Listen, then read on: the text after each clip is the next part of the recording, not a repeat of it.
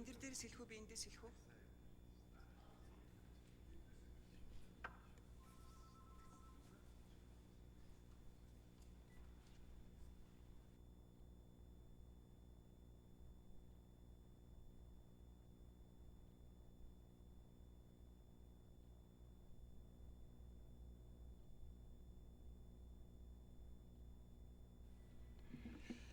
За Б уянга нарын 8 гишүүний өргөн мэдүүлсэн шинжлэх ухааны технологийн тухай хуульд өөрчлөлт оруулах саналыг дэмжиж байна.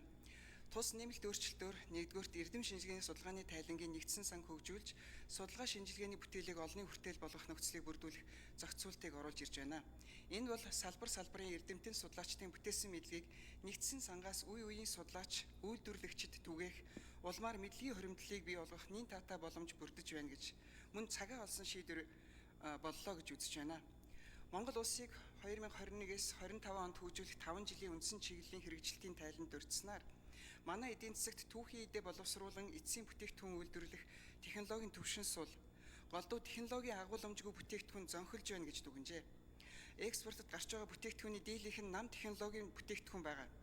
Дунд болон өндөр технологи шингээсэн бүтээгдэхүүний хэмжээ дэлхийн дунджаас 7 дахин доогуур байгаа гэж дүгнсэн байна. Энэ бол шинжлэх ухааны эрдэм шинжилгээний судалгааг орхигдуулж ирсний үр дагавар билээ. Ингэж судалгааны тайлангийн нэгдсэн санг бүрдүүлэхийн зэрэгцээ эрдэм шинжилгээний бүтээлийг үйлдвэрлэл үйл ажиллагаанд нэвтрүүлэх ажлыг нэгдсэн байдлаар зохион байгуулах ийм боломжийг энэхүү өөрчлөлт нь бол оруулж ирж байна гэж үзэж байна. Түүнчлэн судалгааны бүтээлийн патент оюуны өмчийг баталгаажуулах, тэр тусмаа эрдэмтэн судлаачид оюуны бүтээлийнхээ үр шимийг бодитоогоор хүртэх боломжийг бүрдүүлэх тухайд дараагийн алхмууд хүлээгдэж байгаа билээ. Үүнийг холбогдох байгууллагууд анхаарч ажиллах хэрэгтэй байна. Хоёрдугаарт энэ нэмэлт өөрчлөлтөөр төрийн байгууллагуудаас зарласан эрдэм шинжилгээ судалгаа шинжилгээний аливаа тендерт төрийн өмчийн эрдэм шинжилгээний хүрээлэн ихтэй сургуулийн судалгааны баг тендерт оролцох болвол тендерийн баталгаа, гүйцэтгэлийн баталгааны төлбөр хураамжаас чөлөөлөгдөхөөр зохицуулж байна. Эрдэмтэн судлаачид судалгааны байгууллагуудад тулгардаг санхүүгийн томоохон дарамтаас чөлөөлөх энэ санаачлагыг судлаач хүний хувьд дэмжиж байна. 2025 онд шинжлэх ухааны технологийн салбарын санхүүжилт 105.33 тэрбум төгрөг баталсан байгаа. Энэ зардлын 67.3% нь урсгал зардалд, 5% буюу 5.3 тэрбум төгрөг нь эрдэм шинжилгээний ажлын зардалд зарцуулж байна.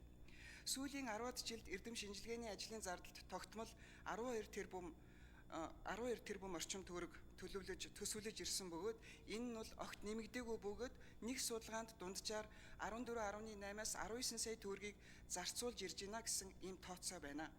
Төрийн өмчид эрдэм шинжилгээний байгууллагад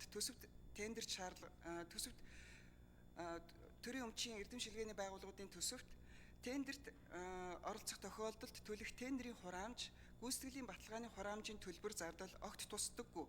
Судлаачид энэ зардлыг хувьяасаа төлөхөд хүрдэг. Энэ нь шинжлэх ухааны хөгжилд мөн эрдэмтэн судлаачдын доктор сургалтад ажиллахад багагүй саад болж байгаа билээ.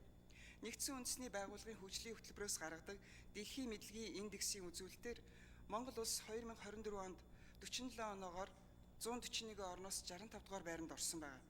Дэлхийн оюуны өмчийн байгууллагаас гаргадаг дэлхийн инновацийн индексээр Монгол улс 131 орноос 2023 онд 68 дугаар байранд орсон ийм байдалтай байгаа билээ. Тэгэхээр мэдлэгийн индекс, инновацийн индекс болон шинжлэх ухааны технологи инновацийн бусад үзүүлэлтээр Монгол улс дэлхийн дундаж орчимд байгаа энэ цаг үед энэхүү хуулийн төсөлд оруулж ирж байгаа өөрчлөлтүүд нь тодорхой үр дүнгээ өгнө гэдэгт итгэж байна. Иймд Болдын уянга нарын 8 гишүүний өргөн барьсан шинжлэх ухааны технологийн тухай хуульд өөрчлөлт оруулж байгаа саналыг хилцхийг дэмжихийг та бүхнээс хүсье.